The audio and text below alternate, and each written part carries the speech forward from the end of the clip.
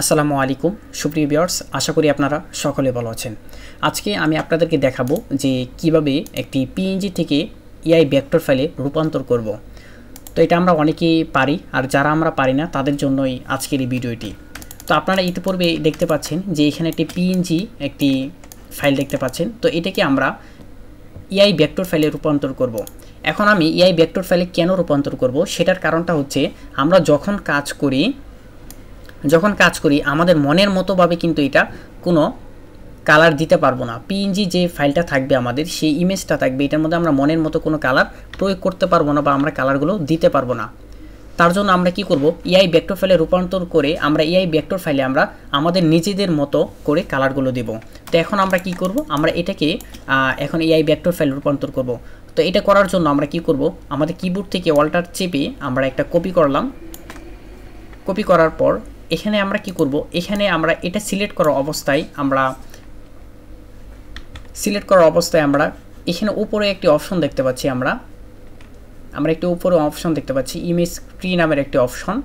তো এখানে আমরা একটা যদি ক্লিক করি তাহলে এখান থেকে কিন্তু আমরা অনেকগুলো লিস্ট দেখতে পাচ্ছি। তো এখানে লিস্ট দেখার পরে এখান থেকে যে একটি অপশন দেখতে পাচ্ছি যে 16 যে কালার্স, যে এখানে আমরা একটা ক্লিক করব।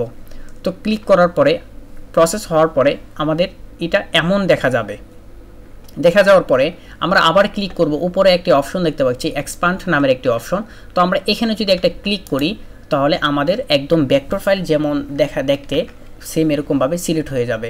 সিলেক্ট হয়ে যাওয়ার পরে আমরা এটাকে কী করব, এই পিছনে যে ব্যাকগ্রাউন্ডটি রয়েছে এটা ব্যাকগ্রাউন্ডটা রিমুভ করার জন্য আমরা মাউসের রাইট ক্লিক করে এখান থেকে আমরা একটি অপশন দেখতে পাচ্ছি আনডু নামের একটি অপশন। তো এখান থেকে আমরা আনগ্রুপ করে দেব। আনগ্রুপ করে দেওয়ার পরে আমরা এখানে সিলেক্ট করার পরে আমরা ডিলিট অপশনে ক্লিক করার পরে আমাদের সামনে এমনভাবে দেখা যাবে। তো দেখা যাওয়ার পরে আমরা এখানে কি করব, এইগুলোকে আমরা ডিলিট